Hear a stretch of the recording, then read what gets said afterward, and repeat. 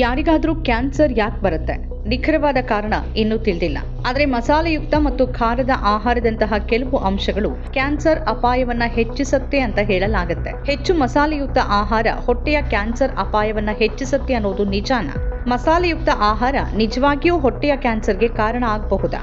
ವೈದ್ಯರು ಹೇಳೋ ಪ್ರಕಾರ ಅಪರೂಪಕ್ಕೊಮ್ಮೆ ಮಸಾಲೆಯುಕ್ತ ಆಹಾರ ಸೇವಿಸೋದು ಹಾನಿಕಾರಕವಲ್ಲ. ಆದರೆ ಪ್ರತಿದಿನ ಅಥವಾ ವಾರದಲ್ಲಿ ಹಲವಾರು ಬಾರಿ ಮಸಾಲೆಯುಕ್ತ ಆಹಾರವನ್ನ ಸೇವಿಸಿದ್ರೆ ಅದು ಹೊಟ್ಟೆಯ ಕಿರಿಕಿರಿ ಮತ್ತು ಉರಿಯೂತಕ್ಕೆ ಕಾರಣವಾಗಬಹುದು. ಹುಣ್ಣುಗಳು ಕೂಡ ಉಂಟಾಗಬಹುದು.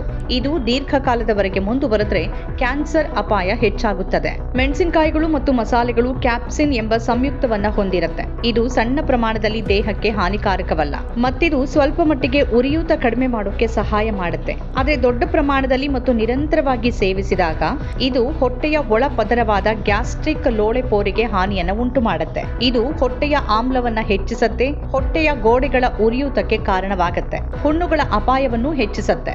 ಈ ಉರಿಯೂತ ವರ್ಷಗಳ ಕಾಲ ಮುಂದುವರೆದ್ರೆ ಹೊಟ್ಟೆಯ ಕೋಶಗಳಲ್ಲಿ ಬದಲಾವಣೆಗಳು ಸಂಭವಿಸುತ್ತೆ. ಇದು ಕ್ಯಾನ್ಸರ್ ಅಪಾಯವನ್ನ ಹೆಚ್ಚಿಸುತ್ತೆ.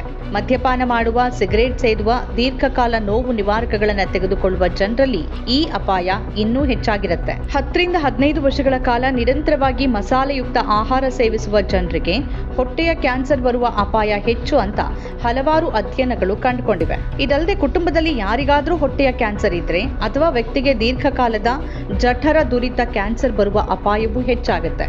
ಆದ್ರಿಂದ ಕ್ಯಾನ್ಸರ್ ಲಕ್ಷಣಗಳನ್ನ ಗುರುತಿಸೋದು ಮುಖ್ಯ. ಹೊಟ್ಟೆಯ ಕ್ಯಾನ್ಸರ್ ಸಾಮಾನ್ಯವಾಗಿ ಅದರ ಆರಂಭಿಕ ಹಂತಗಳಲ್ಲಿ ಯಾವುದೇ ನಿರ್ದಿಷ್ಟ ಲಕ್ಷಣಗಳನ್ನ ಹೊಂದಿರೋದಿಲ್ಲ. ಆದರೆ ರೋಗ ಮುಂದುವರಿದಂತೆ ಕೆಲವು ಚಿಹ್ನೆಗಳು ಕಾಣಿಸ್ಕೊಳ್ಬಹುದು. ಹೊಟ್ಟೆಯಲ್ಲಿ ಭಾರವಾದ ಭಾವನೆ, ಹಸಿವಾಗದೇ ಇರೋದು, ತೂಕ ನಷ್ಟ ಮತ್ತು ತಿಂದ ನಂತರ ಹೊಟ್ಟೆ ತುಂಬಿದ ಭಾವನೆ ಇದರ ಲಕ್ಷಣಗಳು. ರೋಗ ಹೆಚ್ಚಿದಂತೆ ಹೊಟ್ಟೆ ನೋವು, ನಿರಂತರ ವಾಂತಿ, ರಕ್ತಸಿಕ್ತ ಮಲ, ಕಪ್ಪು ಮಲ ಮತ್ತು ನುಂಗಲು ತೊಂದರೆ ಮುಂತಾದ ಲಕ್ಷಣಗಳು ಕಾಣಿಸಿಕೊಳ್ಳಬಹುದು. ಅನೇಕ ರೋಗಿಗಳು ದೌರ್ಬಲ್ಯ, ಆಯಾಸ ಮತ್ತು ರಕ್ತಹೀನತೆಯನ್ನು ಕೂಡ ಅನುಭವಿಸಬಹುದು. ಜನರು ಈ ಲಕ್ಷಣಗಳನ್ನ ನಿರ್ಲಕ್ಷಿಸುತ್ತಾರೆ, ಅವುಗಳನ್ನ ಗ್ಯಾಸ್ ಅಥವಾ ಆಮ್ಲೀಯತೆ ಅಂತ ತಪ್ಪಾಗಿ ಭಾವಿಸುತ್ತಾರೆ.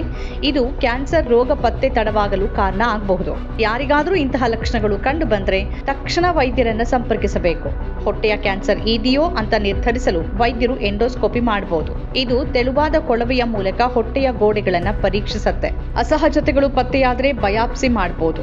ಅಗತ್ಯವಿದ್ರೆ ಸಿಟಿ ಸ್ಕ್ಯಾನ್ಗಳು ಮತ್ತು ಪೆಟ್ ಸ್ಕ್ಯಾನ್ಗಳನ್ನು ಕೂಡ ನಡೆಸಲಾಗುತ್ತೆ. ಹೊಟ್ಟೆಯ ಕ್ಯಾನ್ಸರ್ಗೆ ಚಿಕಿತ್ಸೆ ಅದರ ಹಂತವನ್ನ ಅವಲಂಬಿಸಿರುತ್ತೆ. ಹಂತ ಆರಂಭಿಕವಾಗಿದ್ದರೆ ಶಸ್ತ್ರಚಿಕಿತ್ಸೆ ಮಾಡಬಹುದು. ಕ್ಯಾನ್ಸರ್ ಹರಡಿದ್ರೆ ಕೀಮೋಥೆರಪಿ, ವಿಕಿರಣ ಚಿಕಿತ್ಸೆ ಅಥವಾ ಉದ್ದೇಶಿತ ಔಷಧ ಚಿಕಿತ್ಸೆಯನ್ನ ನೀಡಬಹುದು. ನಮ್ಮ ಕಾರ್ಯಕ್ರಮಗಳನ್ನ ನೀವು ನೋಡ್ತಾ ಇದ್ರೆ ನಮ್ಮ ಚಾನೆಲ್ ಅನ್ನ ಸಬ್ಸ್ಕ್ರೈಬ್ ಮಾಡಿ, ಪಕ್ಕದ ಬೆಲ್ ಐಕಾನ್ ಒತ್ತಿ ನಮ್ಮನ್ನ ಬೆಂಬಲಿಸಿ.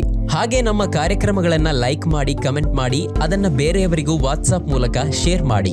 ನೀವು ಹೀಗೆ ಮಾಡಿದಾಗ ನಮ್ಮ ಚಾನೆಲ್ ಇನ್ನಷ್ಟು ಮತ್ತಷ್ಟು ಜನರಿಗೆ ತಲುಪಲು ನೀವು ನಮ್ಮೊಂದಿಗೆ ಸಹಕರಿಸಿದ ಹಾಗಾಗುತ್ತೆ.